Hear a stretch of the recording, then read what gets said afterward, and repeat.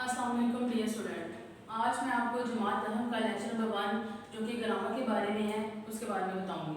ठीक है, सबसे पहले आप लोगों को ये पता होना चाहिए कि ग्रामर क्या होती है। ठीक है, ग्रामर होती है उर्दू ज़बान को समझने और सीखने के लिए उसके असूल और कवायद को मद्देनज़र रखना ज़रूरी होता है।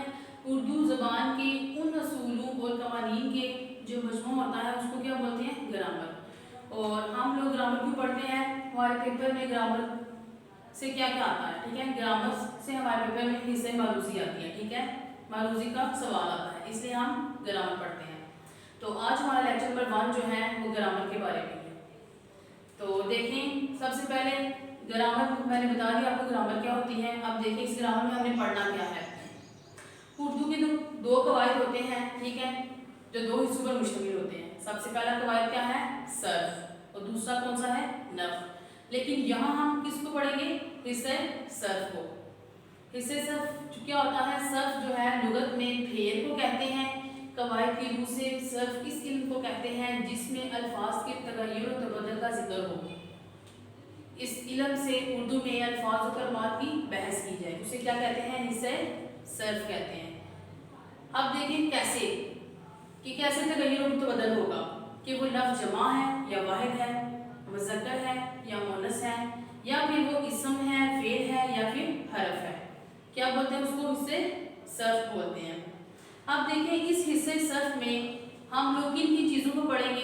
हिस्से सर्फ में कौन कौन सी चीज़ें आती हैं? लफ्ज़ आता है और इसकी इकसाम, ये हिस्से सर्फ में आता है। यहाँ पे हम लफ्ज़ पढ़ेंगे, लफ्ज़ की इकसाम पढ़ेंगे। सबसे पहले देखें लफ्ज़। हरूफ के मजमे को लफ्ज़ कहते हैं। एक लफ्ज़ बामानी या बेमानी हो सकता है। ठीक है, देखिए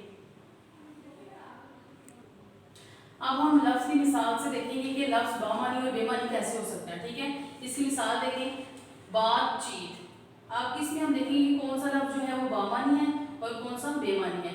बामानी का मतलब क्या होता है? यानी कि जो मानी रखता हो, जो मतलब रखता हो। और बेमानी क्या होता है? जो ना मानी रखता हो ना ही मतलब, यानी कि उसका कोई मतलब ना हो। अब देखिए मिसाल से, बातचीत। बात क्या है? बामानी लफ्ज़। बामानी लफ्ज़ कौन से होते हैं? जो मतलब रखते हो। ठीक है, अब इसी के साथ आगे इसका दूसरा लफ्ज़ क्या है? चीत। बात पहला लफ्ज़, चीत दूसरा लफ्ज़। अब दूसरा लफ्ज़ बेमानी लफ्ज़, यानी जिसका कोई मतलब ना हो। हम लोग ने उसकी लफ्ज़ की तारीफ में क्या पढ़ा था कि हरूफ के वो मजमूए को लफ्ज़ कहते हैं जो एक लफ्ज़ जो है वो मानी रखता हो, दूसरा मानी ना रखता हो। यहाँ पे आप लोग मिसाल में देखिए, एक लफ्ज़ पहला लफ्ज़ बामानी यानी मतलब रख रहा है, चीत दूसरा लफ्ज़ है बेमानी जो मतलब नहीं रखता। अब ये क्या हुआ? हमारे पास लफ्ज़ हुआ। ठीक है, अब इसी लफ्ज़ के आगे इकसाम कितनी है? ठीक है, जो लफ्ज़ हमने पढ़ा जो मानी और बेमानी रखता हो, उस लफ्ज़ की इकसाम कितनी है? उसकी कितनी इकसाम है? 2 इकसाम है, लफ्ज़ मौजू, लफ्ज़ मुहम्मद। ठीक है, 2 इकसाम। सबसे पहले इकसाम हम पढ़ेंगे लफ्ज़ मौजू। लफ्ज़ मौजू देखें, हरूफ का ऐसा मजमा जिनको जोड़ने से ऐसा लफ्ज़ बने जिसके कुछ मानी निकलते हों, इस लफ्ज़ को लफ्ज़ मौजू कहते हैं। यानी कि वो लफ्ज़, वो मजमा जिसके अंदर से कुछ ना कुछ मानी निकलते हों, वो क्या कहलाएगा हमारे पास? लफ्ज़ मौजू। आप इसको मिसाल से देखें, कुर्सी। वो क्या बोल रहे हैं कि मानी निकलते हों। कुर्सी एक लफ्ज़ है ना जो मानी रखता है, ठीक है, जो मतलब रखता है। सोना, सोना भी एक मानी लफ्ज़ है जो मतलब रखता है और मानी रखता है।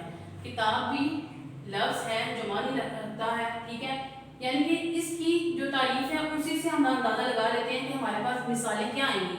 वो लफ्ज़ मिसालों में आएंगे जो मानी रखते होंगे। ठीक है, वो हमारे पास क्या होंगे? मिसालें होंगी।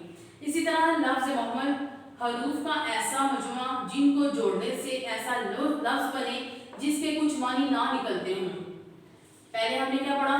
जिसको जोड़ने से मानी निकलते हों। अब इसी की दूसरी इकसाम लफ्ज़ मुहम्मद में हमने क्या पढ़ा?